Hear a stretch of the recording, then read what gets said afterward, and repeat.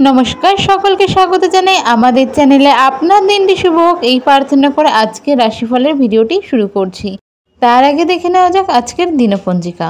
আজ 14ই ফেব্রুয়ারি 2025 শুক্রবার, বাংলার পয়লা ফাল্গুন 1431 বঙ্গাব্দ। আজকের তিথি হলো কৃষ্ণপক্ষের দ্বিতীয়া। আজকের নক্ষত্র থাকছে উত্তর ফাল্গুনী। আজ সূর্য কুম্ভ রাশিতে গোচররত এবং চন্দ্র আজ সিংহ রাশিতে গোচররত। আজকে শুভ সময় হলো সকাল 7:38 থেকে সকাল 10:15 পর্যন্ত এবং বিকেল 3:34 থেকে বিকেল 5:02 পর্যন্ত। যে কোনো শুভ কাজ আপনারা চাইলে এই সময় করে নিতে পারেন। এবং আজকে রাহুকাল হলো বেলা 11:11 থেকে বেলা 12:35 পর্যন্ত।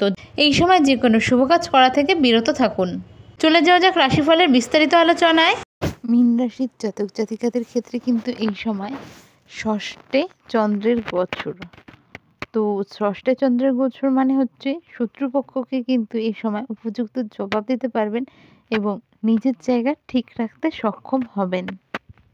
যারা কম্পিটিটিভ এক্সামের জন্য প্রিপারেশন নিচ্ছিলেন এমন জাতক জাতিকাদের জন্য কিন্তু সময়টা বেশ ভালো।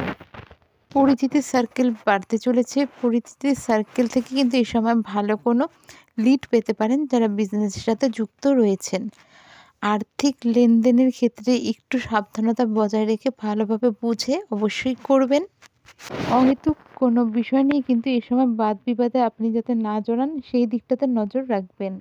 এই সময় কিন্তু ইনভেস্টমেন্ট করতে সক্ষম হবেন এবং ইনভেস্টমেন্ট বাড়লে কিন্তু লাভও বাড়বে। এই জিনিসটা কিন্তু এই সময় আপনি লক্ষ্য করতে সক্ষম হবেন।